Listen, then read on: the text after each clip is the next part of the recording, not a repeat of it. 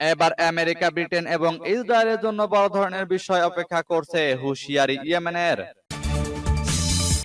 আরো বিস্তারিত জানিয়ে দিব। এদিকে যুদ্ধের নতুন অধ্যায়ে প্রবেশ করেছে ইসরায়েল, দাবি রিপোর্টে। ফের উত্তর কোরিয়ার ব্যালিস্টিক ক্ষেপণাস্ত্র নিক্ষেপ। এদিকে মার্কিন কোম্পানির উপর চীনের নিষেধাজ্ঞা।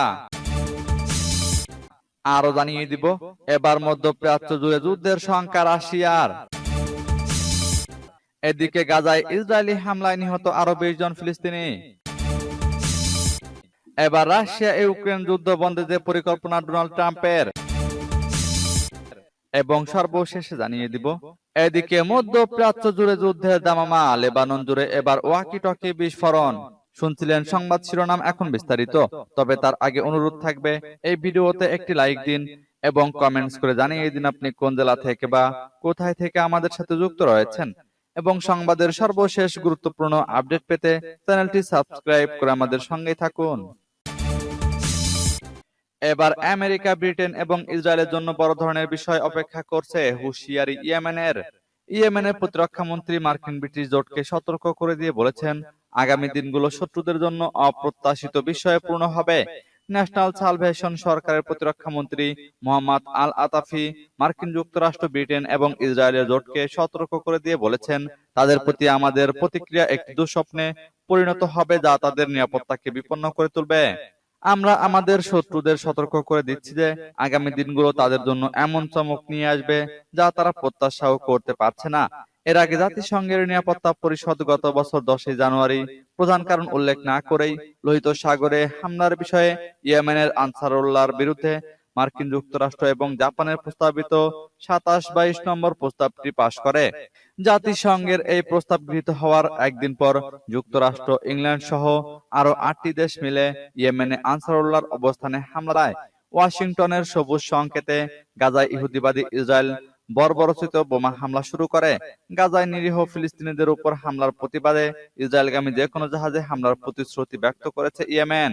ইয়েমেনি সেনাবাহিনী প্রতিশ্রুতি দিয়েছে, যতক্ষণ না ইসরায়েল সরকার গাজায় তাদের হামলা বন্ধ না করবে, তারা এই সরকারের জাহাজ বা দখলকৃত অঞ্চলের জন্য পাড়ি দেওয়া জাহাজগুলোর উপর আক্রমণ চালিয়ে যাবে।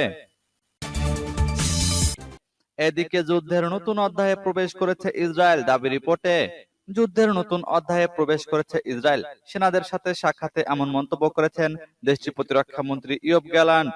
বলেন, অভিযানের এই পর্যায়ে প্রয়োজন সাহস, দৃঢ়তা ও অবিচল থাকার মানসিকতা।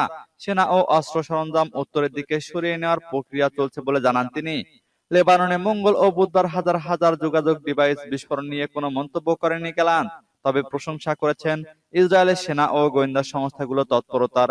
উত্তর অঞ্চলীয় সীমান্তের দিকে নতুন করে 10 থেকে 20 হাজার সেনা সরিয়ে নেওয়ার কথা জানিয়েছে তেল আবিব। তবে গাজায় অভিযান চালিয়ে যাওয়ার কথাও বলেছে গ্যালান্ট।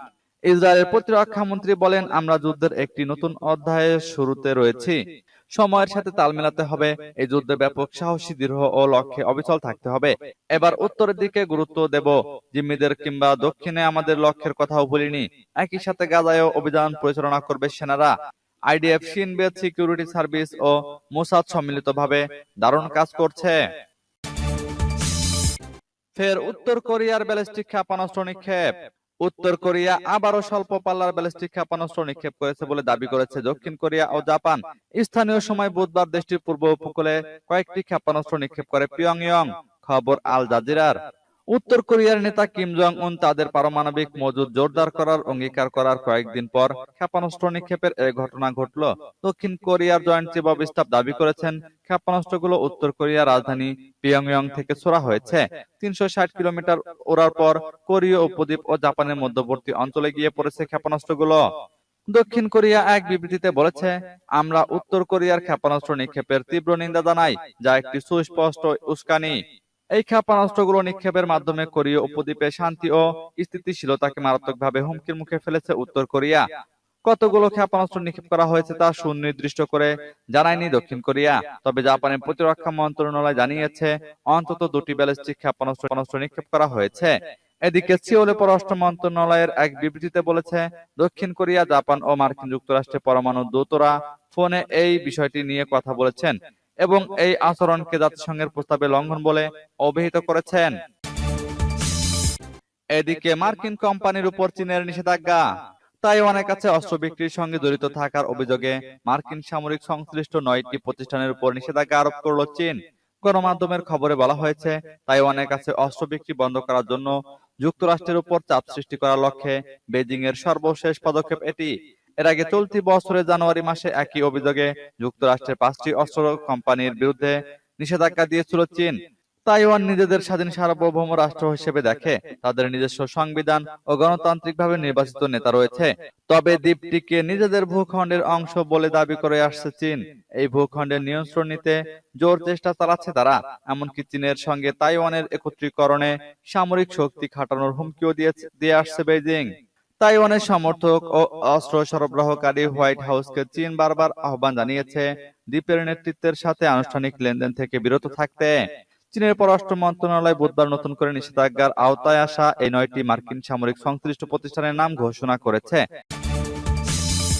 এবার মধ্যপ্রাচ্য জুড়ে যুদ্ধের শঙ্কা রাশিয়ার। লেবানন ও সিরিয়ায় পেজার বিস্ফোরণের ঘটনা বৃহত্তর আঞ্চলিক যুদ্ধকে উস্কে দিতে পারে বলে সতর্ক করেছে রাশিয়া। একই সঙ্গে এই হামলার সঙ্গে জড়িত অপরাধীদের শনাক্ত করারও আহ্বান জানিয়েছে দেশটি। বুধবার এই তথ্য জানিয়েছে ব্রিটিশ সংবাদ সংস্থা রয়টার্স। মঙ্গলবার লেবানন জুড়ে হাজার হাজার পেজার বিস্ফোরণের ঘটনা ঘটেছে। এসব পেজারে ইসরায়েলি গোয়েন্দা সংস্থা বিস্ফোরক স্থাপন করেছিল বলে অভিযোগ করেছে লেবানন। এই বিস্ফোরণে হতাহতের সংখ্যা বেড়ে চলেছে। লেবাননে সংঘটিত নজিরবিহীন এই হামলার তীব্র নিন্দাও জানিয়েছে রাশিয়া।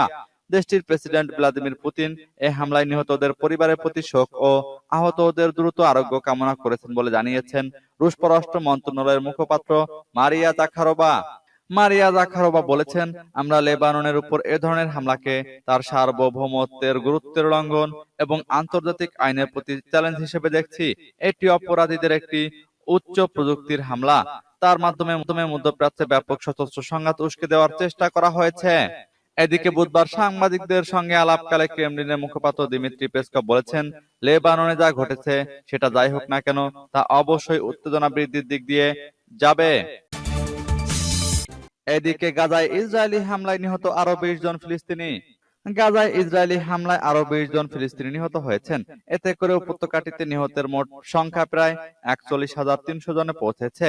এছাড়া গত বছরের অক্টোবর থেকে চলা এই হামলায় আহত হয়েছেন আরো 95,000-এর বেশি ফিলিস্তিনি। বুধবার এক প্রতিবেদনে এই তথ্য জানিয়েছে বার্তা সংস্থা আনাদুলো। প্রতিবেদনে বলা হয়েছে, গাজা উপত্যকায় ইসরায়েলের চলমান হামলায় কমপক্ষে আরো 20 জন ফিলিস্তিনি নিহত হয়েছেন। এতে করে গত বছরের অক্টোবর থেকে এ পর্যন্ত মোট মৃতের সংখ্যা বেড়ে 41,272 জনে পৌঁছেছে বলে বুধবার অবরুদ্ধ এই ভূখণ্ডের স্বাস্থ্য মন্ত্রণালয় জানিয়েছে। মন্ত্রণালয় এক বিবৃতিতে জানিয়েছে, নিরলস এই হামলায় আরো অন্তত 95,551 জন ব্যক্তিও আহত হয়েছেন। মন্ত্রণালয় বলেছে, গত 24 ঘন্টায় ইসরায়েলি বাহিনীর অব্যাহত আগ্রাসনে 20 জন নিহত এবং আরো 54 জন আহত হয়েছেন। অনেক মানুষ এখনো ধ্বংসস্তূপের নিচে এবং রাস্তায় আটকা পড়ে আছেন, কারণ উদ্ধারকারীরা তাদের কাছে পৌঁছাতে পারছেন না। ফিলিস্তিনি স্বাস্থ্য কর্তৃপক্ষ মনে করছে, গাজা উপত্যকা জুড়ে ধ্বংস হওয়া বাড়ির ধ্বংসস্তূপের নিচে এখনো 10,000-এর বেশি লোক নিখোঁজ রয়েছেন। এবার রাশিয়া ইউক্রেন যুদ্ধ বন্ধে পরিকল্পনা ডোনাল্ড ট্রাম্পের। 2015 সালে ট্রাম্প যখন মার্কিন প্রেসিডেন্ট নির্বাচনে প্রার্থী হলেন, তখন থেকে রাশিয়ার সঙ্গে তার সম্পর্ক নিয়ে আলোচনার শুরু। একটা অভিযোগ রয়েছে, সে বছর নির্বাচনে জয় পেতে ট্রাম্পকে সাহায্য করেছিল ক্রেমলিন। আগামী নভেম্বরে অনুষ্ঠেয় প্রেসিডেন্ট নির্বাচনেও রিপাবলিকান দলের প্রার্থী হয়েছেন ট্রাম্প। বারবার তিনি একটি দাবি করে আসছেন যে খুব দ্রুত রাশিয়া ইউক্রেন যুদ্ধ থামাতে পারবেন তিনি। তবে এ নিয়ে বিস্তারিত কোনো পরিকল্পনা এখনো খোলাসা করেনি। এবারে নির্বাচনে ট্রাম্পের running mate JD Vance. Trump দ্বিতীয় মেয়াদে ক্ষমতায় এলে ইউক্রেন যুদ্ধ নিয়ে ওয়াশিংটনের ভূমিকা কি হতে পারে, এক পডকাস্টে সে বিষয়ে কিছুটা জানিয়েছেন তিনি। ইউক্রেন যুদ্ধ ঘিরে যুক্তরাষ্ট্রের ক্ষমতাসীন ডেমোক্রেটিক পার্টি যেসব নীতি হাতে নিয়েছে তার কড়া সমালোচনা করে আসছেন ট্রাম্প। তার মতে, এই যুদ্ধে তহবিল ও অস্ত্র সরবরাহের মধ্য দিয়ে যুক্তরাষ্ট্রের কোনো ফায়দা হবে না। ট্রাম্প তার পরিকল্পনা প্রকাশে অপারগতা জানালেও তার রানিং মেট জেডি ভ্যান্স কিন্তু এ বিষয়ে অতটা চাপা নন। তিনি বলেন, নির্বাচনে জিতে প্রেসিডেন্ট হলে একটি শান্তিপূর্ণ সমাধানের লক্ষ্যে ক্রেমলিন, ইউক্রেন ও ইউরোপীয় অংশীদারদের সঙ্গে আলোচনা শুরু করবেন ট্রাম্প। এদিকে মধ্যপ্রাচ্য জুড়ে যুদ্ধের দামামা। লেবানন জুড়ে এবার ওয়াকিটকি বিস্ফোরণ। লেবানন জুড়ে পেজার বিস্ফোরণের একদিন পরেই এবার দেশটিতে ওয়াকিটকি বিস্ফোরণ হয়েছে। এতে অন্তত 20 জন নিহত হয়েছে, আহত হয়েছে অন্তত 450 জন। খবর বিবিসির। বিবিসি বলছে বুধবার লেবানন জুড়ে বিভিন্ন জায়গায় বহু ওয়াকিটকি বিস্ফোরণের খবর পাওয়া গেছে। বৈরুত থেকে বিবিসি সংবাদদাতা হুগো বাসেগা জানিয়েছেন, সাধারণ মানুষ এখন কাউকে মোবাইল ফোন ব্যবহার করতে দেখলে আতঙ্কিত হয়ে উঠছে। জেরা করছে তাদের। দক্ষিণ লেবাননের সিদন শহরে একটি মোবাইল ফোনের দোকান থেকে ধোঁয়া উঠতে দেখা গেছে।